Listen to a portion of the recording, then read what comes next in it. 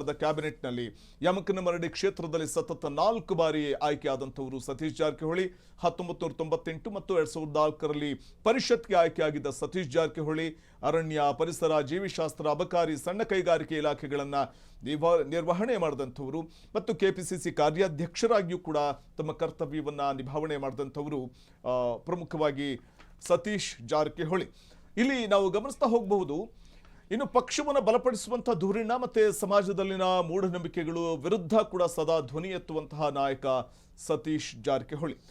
ಬಹಳ ಮುಖ್ಯವಾಗಿ ಡಾಕ್ಟರ್ ಯತೀಂದ್ರ ಸಿದ್ದರಾಮಯ್ಯ ಅವರ ಪುತ್ರ ಸಿದ್ದರಾಮಯ್ಯ ಅವರ ರಾಜಕೀಯ ಉತ್ತರಾಧಿಕಾರಿಯಾಗಿ ಸಂಪುಟ ಸೇರ್ಪಡೆ ಆಗಿದ್ದಾರೆ. ವೈದ್ಯ ವೃತ್ತಿಯಿಂದ ಸಕ್ರಿಯ ರಾಜಕಾರಣಕ್ಕೆ ಧುಮುಕಿರುವಂತಹ ಸಿದ್ದರಾಮಯ್ಯ ಅವರ ಪುತ್ರ ಪ್ರಸ್ತುತ ವಿಧಾನ ಪರಿಷತ್ ಸದಸ್ಯರಾಗಿರುವಂತಹ ಡಾಕ್ಟರ್ ಯತೀಂದ್ರ ಸಿದ್ದರಾಮಯ್ಯ ಅವರು 2018ರಲ್ಲಿ ವರುಣಾ ಕ್ಷೇತ್ರದಿಂದ ಮೊದಲ ಬಾರಿ ಶಾಸಕರಾಗಿ ಆಯ್ಕೆಯಾಗಿದ್ರು. ಇನ್ನು 2023ರಲ್ಲಿ ತಂದೆ ಸಿದ್ದರಾಮಯ್ಯ ಅವರಿಗೆ ಕ್ಷೇತ್ರ ಬಿಟ್ಟುಕೊಟ್ಟಿದ್ದಂತಹ ಯತೀಂದ್ರ ಅವರು 2023ರಲ್ಲಿ ತಂದೆ ಸಿದ್ದರಾಮಯ್ಯ ಅವರಿಗೆ ಕ್ಷೇತ್ರವನ್ನ ಯತೀಂದ್ರ ಅವರು ಬಿಟ್ಟುಕೊಟ್ಟಿದ್ರು. ಜೊತೆಗೆ ಈಗ ಡಿಕೆ ಕ್ಯಾಬಿನೆಟ್ ಅನ್ನು ಕೂಡ ಯತೀಂದ್ರ ಅವರು ಸೇರ್ತಾ ಇದ್ದಾರೆ. ಬಹಳ ಪ್ರಮುಖವಾಗಿ ಸಿದ್ದರಾಮಯ್ಯ ಅವರ ಮಗ, ಜೊತೆಗೆ ಈಗ ಸಿದ್ದರಾಮಯ್ಯ ಅವರನ್ನ